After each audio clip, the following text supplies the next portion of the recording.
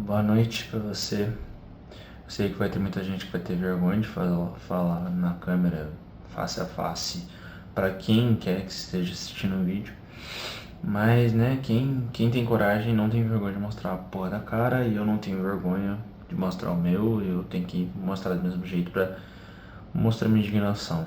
E mostrar de um esporte que eu pratico, de um esporte que eu me divirto, de um esporte que eu faço. E obviamente isso não vai chegar aos responsáveis, obviamente, ou talvez daqui a alguns anos isso vai chegar aos responsáveis e vão até rir desse tipo de situação, e até eu posso me arrepender das minhas palavras e até rir dessa situação. Mas o desgaste que eu vejo e a real morte no futebol. Real morte, eu não sei se ele vai renascer, eu não sei se ele vai mostrar pro mundo que ele realmente mudou, que é um futebol 2, que é um futebol 3, que é um futebol 4, que seja a puta que pariu que for. Mas você acaba percebendo. Copa do Mundo, obviamente, todas as pessoas do mundo viram, porque é a Copa do Mundo, mas você percebe que o campeonato, ele já acabou. João, tá rodando os jogos ainda. Ainda tem Suíça para jogar contra a Argentina. Ainda tem Inglaterra para jogar contra a Bélgica. Eu acho que é contra a Bélgica. Tem Espanha jogar contra a Bélgica. João, ainda tem quartas de final ainda para fazer. Então, você percebe nesse último jogo que teve, agora no dia 7/6/2026, em que o Egito, abrindo um placar de 2-0 contra a Argentina e a seleção argentina, você vê uma injustiça. Desde a Copa de 2022, quando o Van Dijk percebeu e empurrou o Paredes, que o Paredes chutou a bola em direção ao banco de reservas da Holanda, e o Messi estendeu o braço para segurar a bola no jogo da Holanda e não foi expulso. Você percebe que alguém é valorizado nisso aí. Você percebe que o chaveamento da Argentina é igual a um chaveamento de escola pública, de escola de interclasse, porque não é possível esse tipo de coisa acontecer com uma seleção que é tão grande.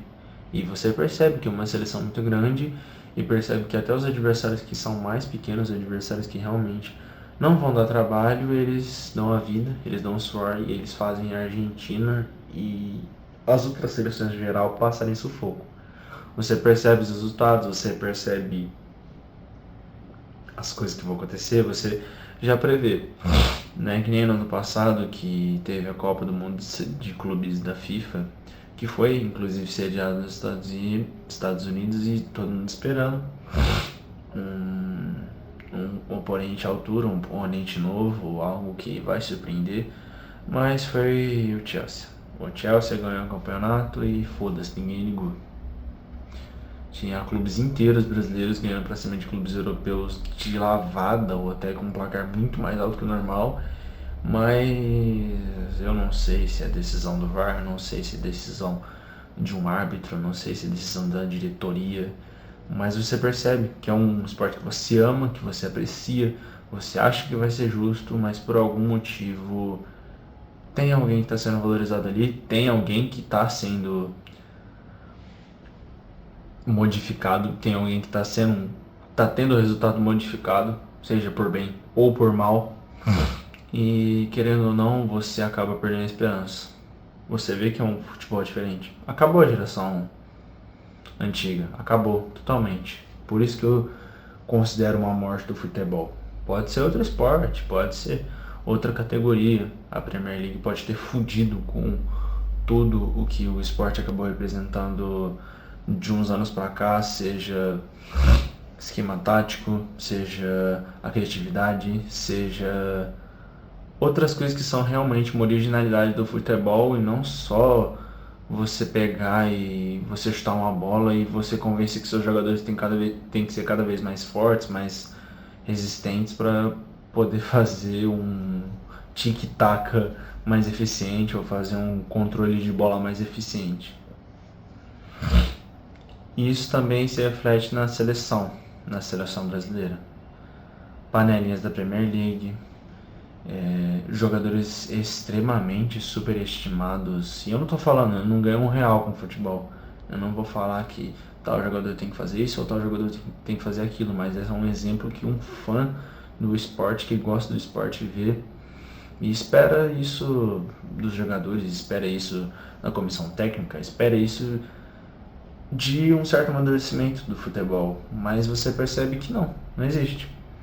O Bruno Guimarães foi cobrar um pênalti, o Bruno Guimarães joga no Newcastle, sei, o Newcastle tem um orçamento gigantesco, o dono do clube é trilionário e pode contratar qualquer jogador que ele quiser e erguer o clube de qualquer maneira, fazer o clube jogar Champions, fazer o clube ganhar certos títulos, mas o Bruno Guimarães foi bater um pênalti no lugar do Vinícius Júnior.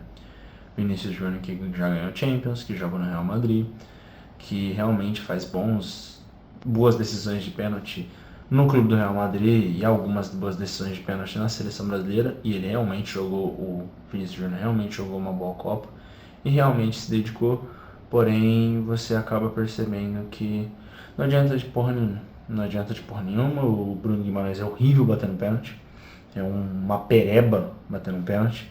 Você percebe pela postura corporal do próprio jogador que ele não sabe bater um pênalti, que ele não sabe representar uma seleção brasileira, ele não sabe o peso que é uma camisa da seleção brasileira oficial de um jogador de futebol que ganha milhões por mês.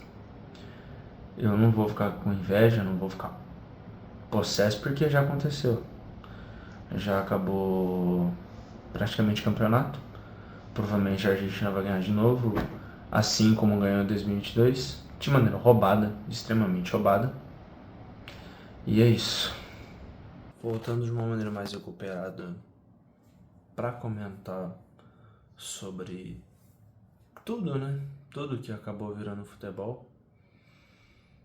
Não é culpa do Neymar, obviamente não é culpa do Neymar. Ele foi uma das únicas pessoas sãs ali daquela seleção para poder direcionar os jovens, direcionar quem estava ali, para poder ser uma maneira de guiar essa geração e uma maneira de guiar nós, o povo brasileiro, para a gente poder entender um pouco do que a seleção é capaz de fazer, do que a seleção é realmente capaz de demonstrar pra gente.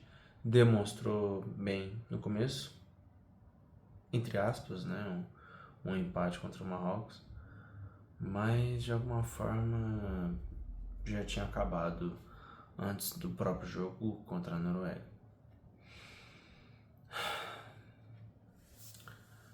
Então, a Copa do Mundo de Seleções acabou no melhor jogo, que foi o Cabo Verde contra a Argentina, que uma seleção com os jogadores e um puta goleiro realmente conseguiu dar um puta medo na seleção argentina, atual campeã do mundo.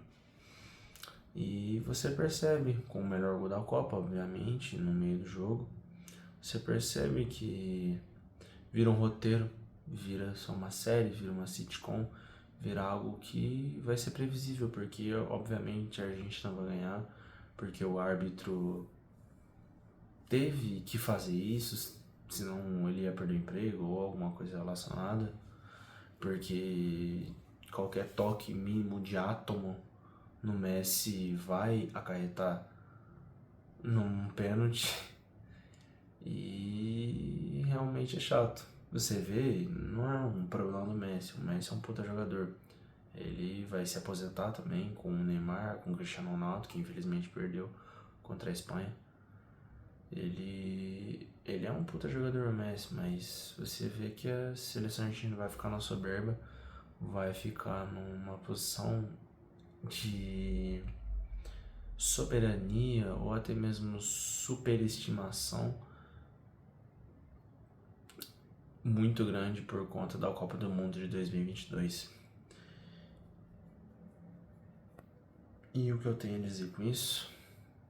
Que talvez o futebol ele seja algo previsível, talvez o futebol ele seja algo que tenta melhorar a cada dia, obviamente, né? Tanto as questões justas quanto as injustas, Mas infelizmente não deu pra gente, não deu pra seleção brasileira e não deu pra gente que gosta de futebol no geral. Quem quer acompanhar uma outra seleção, quem quer acompanhar uma outra forma de jogar, vai acabar vendo os mesmos jogos e vai acabar vendo as mesmas coisas que foram aplicadas há muito tempo, ou pelo menos desde 2020 ou até 2016, com esquemas táticos relacionados a isso e coisas previsíveis no geral. E é isso, essa é a minha opinião sobre futebol.